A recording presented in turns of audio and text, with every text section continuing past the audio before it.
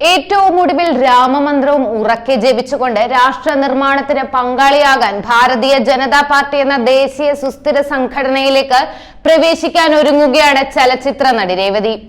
അയോധ്യയിലെ രാമക്ഷേത്ര ഉദ്ഘാടന ദിനത്തിൽ ചടങ്ങിലേക്ക് സിനിമാ ലോകത്തു നിന്നും നിരവധി പ്രമുഖരായിരുന്നു വന്നിരുന്നത്.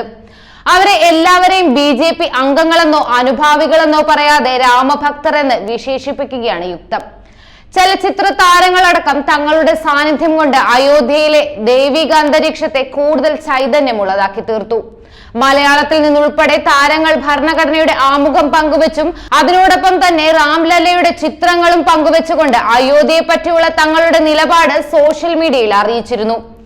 വളരെ ചുരുക്കം ആളുകൾക്ക് മാത്രമാണ് ക്ഷണം ലഭിച്ചിരുന്നത്. എന്നാൽ ഭൂരിഭാഗം ആളുകളും അവരുടെ നിലപാട് സൈബർ ഇടങ്ങളിൽ കൃത്യമായി തന്നെ രേഖപ്പെടുത്തിയിരുന്നു.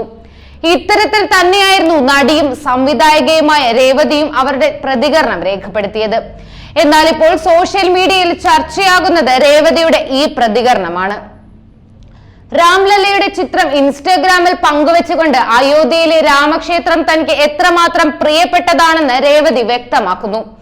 ജയ് ശ്രീറാം വിളിയോടുകൂടിയാണ് മലയാളത്തിന്റെ പ്രിയപ്പെട്ട നടി ഇൻസ്റ്റഗ്രാം പേജിൽ രാംലല്ലയുടെ ചിത്രം പങ്കുവച്ചിരിക്കുന്നത്. മറക്കാനാവാത്ത ഒരു ദിവസമായിരുന്നു ഇന്നലെ. രാംലല്ലയുടെ വശീകരിക്കുന്ന മുഖം കാണുമ്പോൾ എനിക്ക് തോന്നുന്നു ഈ ആവേശം എന്റെ ഉള്ളിലുണ്ടെന്ന് എനിക്കറിയില്ലായിരുന്നു. എന്റെ ഉള്ളിൽ എന്തോ വല്ലാത്ത മാറ്റം, അത്യധികം സന്തോഷം തോന്നി. ഹിന്ദുവായി ജനിച്ചതിനാൽ നാം നമ്മുടെ വിശ്വാസങ്ങൾ നമ്മൾ തന്നെ സൂക്ഷിച്ചിരുന്നു. മറ്റു വിശ്വാസങ്ങളെ വ്രണപ്പെടുത്താതിരിക്കാൻ ശ്രമിക്കുന്നു, നമ്മെ താഴ്ത്തിക്കെട്ടാൻ ശ്രമിക്കുന്നു. മതേതര ഇന്ത്യയാണ് നമുക്ക് ശക്തമായി തോന്നുന്നതും നമ്മുടെ മതവിശ്വാസങ്ങളെ വ്യക്തിപരമാക്കുന്നതും.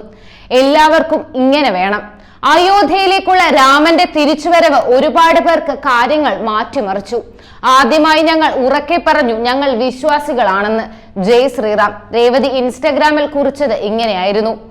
എന്നാൽ ഇതിന് തൊട്ടു പിന്നാലെ രേവതിയെ അനുകൂലിച്ച് നടി നിത്യ മേനോനും രംഗത്ത് വന്നിരുന്നു.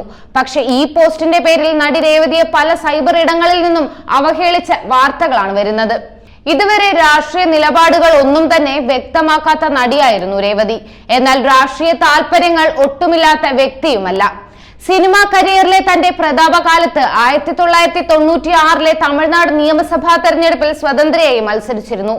മദ്രാസ് സൗത്ത് മണ്ഡലത്തിൽ നിന്നും ജനവിധി തേടിയ താരം 42,096 വോട്ടുകൾ നേടി. DMK വിജയിച്ച ആ തെരഞ്ഞെടുപ്പിൽ AIDMKയ്ക്കും പുറകിലാക്കി 3ാം സ്ഥാനമായിരുന്നു രേവതിക്ക് ലഭിച്ചത്. ദേവനും മേജർ രവിക്കും പിന്നാലെ സുരേഷ് കുമാറും കഴിഞ്ഞ ദിവസം BJPയിൽ ചേർന്നിരുന്നു. അതിനിടെ ദിവസങ്ങൾക്ക് മുമ്പ് മേജർ രവിയെയും നടൻ ദേവനെയും BJP സംസ്ഥാന ഉപാധ്യക്ഷന്മാരാക്കുകയും ചെയ്തിരുന്നു. ഇതിന് പിന്നാലെയാണ് സുരേഷ് കുമാറിനെ സംസ്ഥാന കമ്മിറ്റിയിൽ ഉൾപ്പെടുത്തിയിരിക്കുന്നത്. അതേസമയം പാലക്കാട് നഗരസഭാ അധ്യക്ഷയായിരുന്ന പ്രിയ അജയനെയും സംസ്ഥാന കമ്മിറ്റിയിൽ ഉൾപ്പെടുത്തിയിട്ടുണ്ട്. എന്തായാലും ലോക്സഭാ തെരഞ്ഞെടുപ്പിന് മുന്നോടിയായി സിനിമാ മേഖലയിൽ നിന്നുൾപ്പെടെയുള്ള നിരവധി ആളുകളാണ് BJPയിൽ എത്തുന്നത്. പുതിയ സാഹചര്യത്തിൽ രേവതി BJPയിൽ എത്തുമോ എന്ന ചർച്ചയാണ് ഇപ്പോൾ സജീവമാകുന്നത്. അങ്ങനെയെങ്കിൽ ലോക്സഭാ തെരഞ്ഞെടുപ്പിൽ മത്സരിക്കുകയും ചെയ്യും.